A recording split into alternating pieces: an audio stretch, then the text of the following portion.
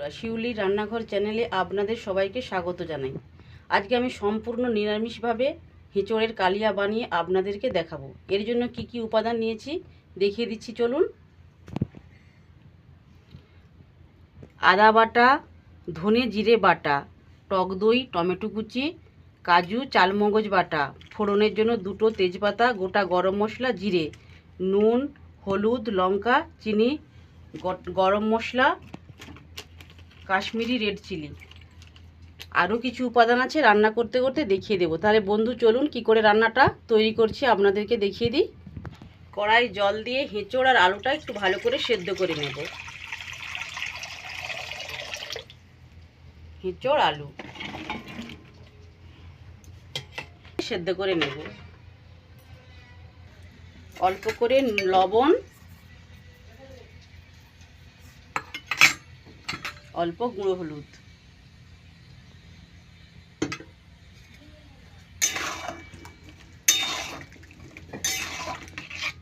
50% মতো সেদ্ধ করে নেব।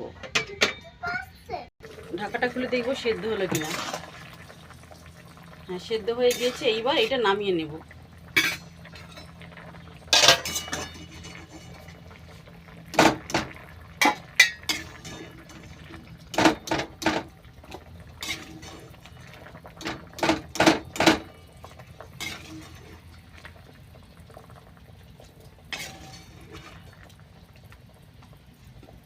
কড়াই তেল দিয়ে হিঁচড় আর আলুটা একটু ভালো করে ভেজে নেব। হিঁচড়ে দিয়ে দিলাম।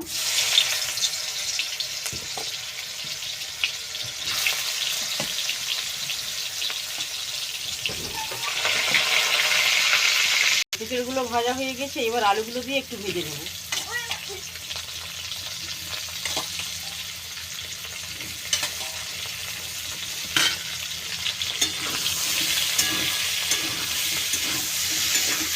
এইগুলো একটু ভাজা করে নিয়েছি, এইবার তুলে নেব।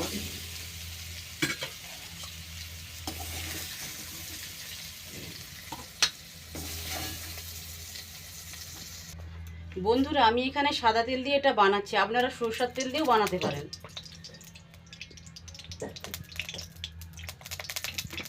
দুটো তেজপাতা, গরম মশলা কুচি দিলাম।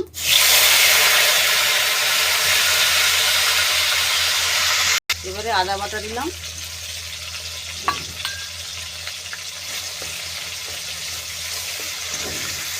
জিরে ধনা বেটে দিলাম। ভালো করে কষিয়ে নেব।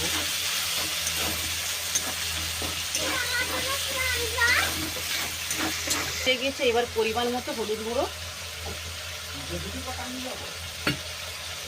লঙ্কা গুঁড়ো, অল্প করে চিনি দেব।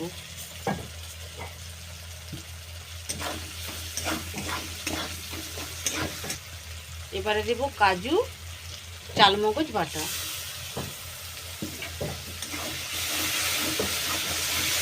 টক দই,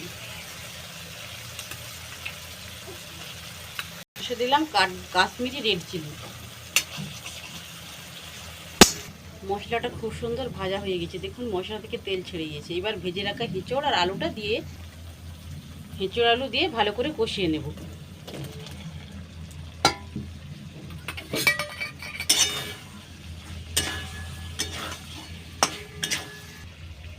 পরিমাণ মতো লবণ দিয়ে দেব।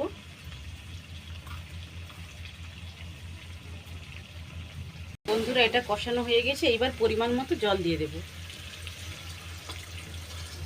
আমি এখানে অল্প করে জল দেব। দেখেছেন বন্ধুরা, কালারটা কত সুন্দর এসেছে।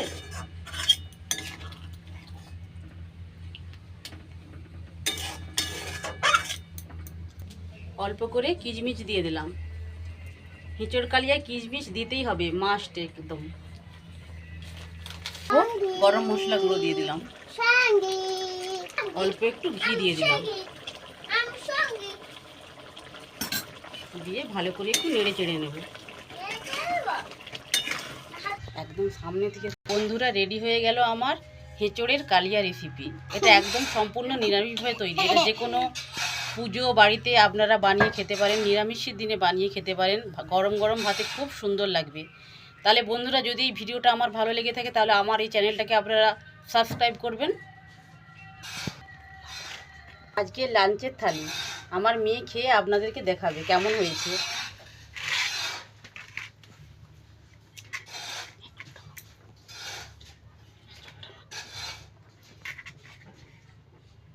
খুব সুন্দর হয়েছে।